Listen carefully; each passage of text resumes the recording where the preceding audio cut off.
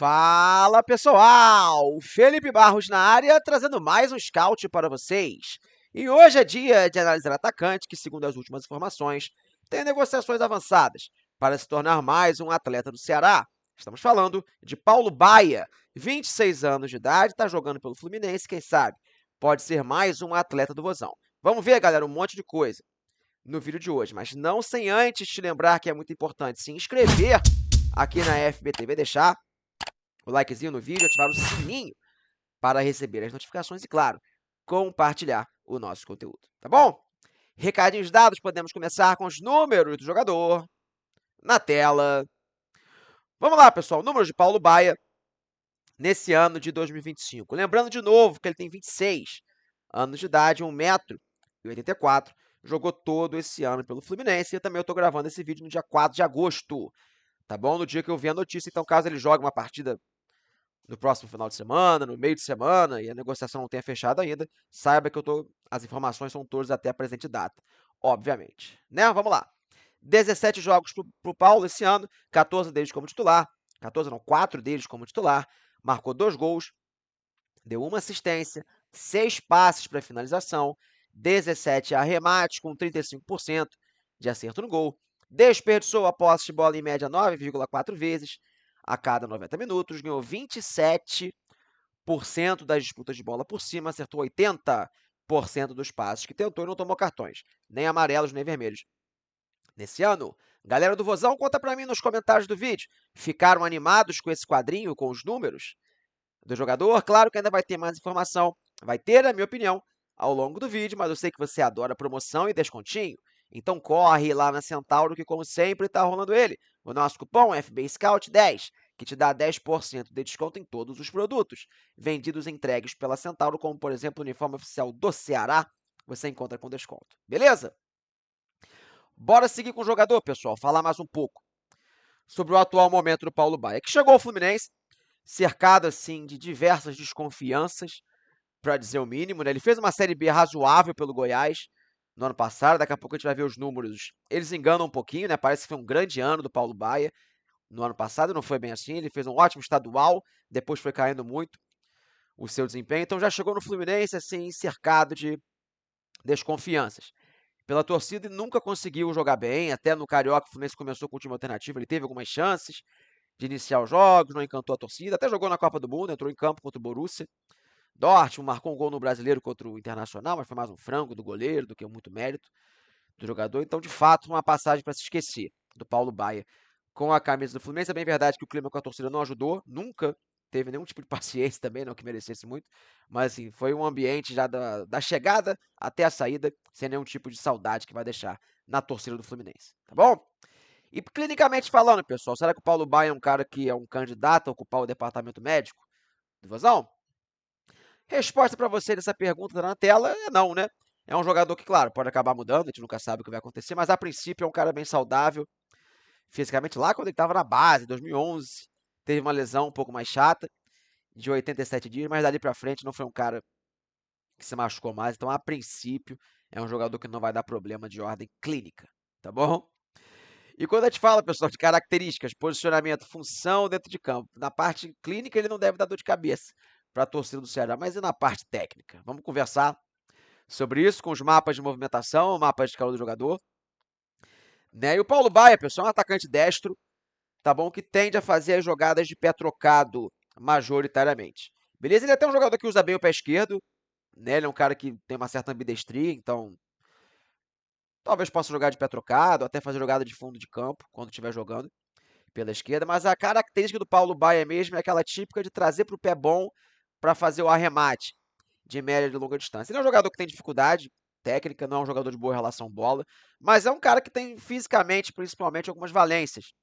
É um cara de boa estatura, é um cara que atinge velocidades altíssimas, daqui a pouco a gente vai falar sobre isso. Bem ou mal, ele tem uma batida na bola razoável, ele consegue acertar finalizações fortes, de modo geral, principalmente quando está com confiança, que não foi o que aconteceu no Fluminense, mas se você olhar a passagem dele no Goiás, principalmente lá no começo da sua carreira pelo Primavera, ele até marca alguns belos gols de média e longa distância, de bola parada, de falta, eventualmente. Então é um cara que, se tiver com confiança, é muito importante isso. É um cara que tem que estar bem para jogar, porque ele é um cara que arrisca demais, né, nos seus melhores momentos, finalizações, e tem talvez nisso a sua principal característica. Não é um jogador de muito recurso, ou seja, é um cara que em espaço curto vai ter dificuldade, é um cara mais para explodir em velocidade, dar aquele drible de fuga, né, o tapa na frente, poder trabalhar com essa ambidestria para buscar finalizações ou cruzamentos para dentro da área. É um cara que cobra a bola parada, tem batido na bola razoável para isso também, na época de Goiás principalmente criava boas situações, em faltas e escanteios para dentro da área, mas não é um jogador que vai resolver o jogo tecnicamente para você. O Ceará é um time que talvez jogue mais com esse cenário de reatividade do que o Fluminense. Então, talvez para o modelo do jogo do Ceará, talvez seja um jogador que faça até mais sentido. Tá bom? E continuando, pessoal, acabei de falar que ele é um jogador extremamente forte na parte física. Né, pessoal? Eu já tinha essa arte pronta, então eu não vou comparar com o atleta do Ceará. Quando ele veio para o Fluminense, eu montei esse quadrinho, eu até chamo na tela, para a gente poder conversar de novo, que é uma análise física do jogador. Tá bom? Tá comparado com o Kevin Serna, porque eu fiz esse conteúdo na época lá em janeiro, quando ele chegou ao Fluminense, mas eu acho que o Kevin Serna é um bom parâmetro, todo mundo meio que conhece o atleta, sabe que ele fisicamente é tido como um jogador diferenciado no futebol brasileiro. E se você compara os dados físicos do Paulo Baia no Goiás, no ano passado, ele ganha do Kevin Serna do ano passado no brasileiro em praticamente tudo, né? E principalmente na velocidade máxima. 35,1 km por hora é a velocidade que ele atinge. Pra vocês terem uma ideia, na Série B do ano passado, somente um jogador conseguiu uma vez atingir essa velocidade, que foi o Saulo Mineiro. Né? Vou até ver qual foi a partida que ele fez isso. De cabeça eu não sei, peraí que eu estou no computador.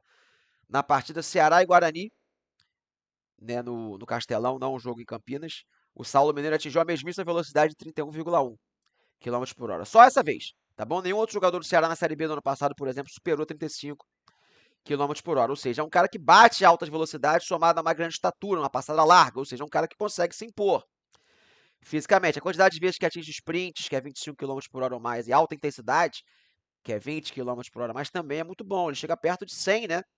Piques acima de 20 km por hora na partida. Ou seja, é um jogador que fisicamente ele vai te entregar bastante. O problema mesmo vai ser quando tiver que jogar. Beleza? Deixou o like no nosso vídeo, fez um comentário, muito importante, tá bom? Para o YouTube continuar mostrando o nosso conteúdo. E bora entender como ele se saiu em outras temporadas da sua carreira? Vamos lá. Pequeno histórico na carreira, as últimas 4 temporadas de Paulo Baia como profissional. 2021, jogando pelo Ventforet, do Japão, 7 jogos, 1 como titular, 1 gol, nenhuma assistência. 2022, ele joga um pouco pelo Avaí, depois vai para o Brusque, 26 jogos, 10 como titular, nenhum gol e uma assistência.